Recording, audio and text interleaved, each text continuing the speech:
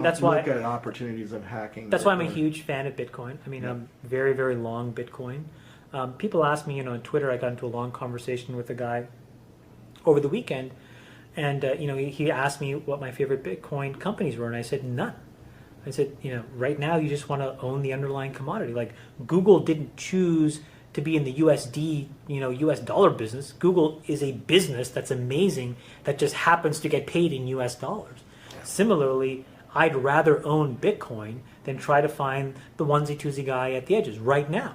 Now, over the long history of time, there will need to be on-ramps and off-ramps, and companies will be successful. But in the short term, owning that currency and allowing water to find its level, particularly in the developing markets, is huge.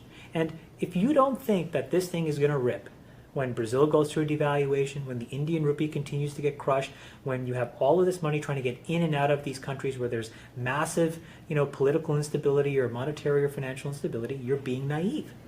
It doesn't matter what happens in the United States. It doesn't matter what happens in Japan. It doesn't matter what happens in the EU. It doesn't matter. It matters what happens in Argentina, in Venezuela, in Kenya, in Brazil, in India, in Russia, in Yep. China. And when you look at where all the activity is, it's in all of those markets. Yep. This will be born out of a people's desire to have unfettered access to capital.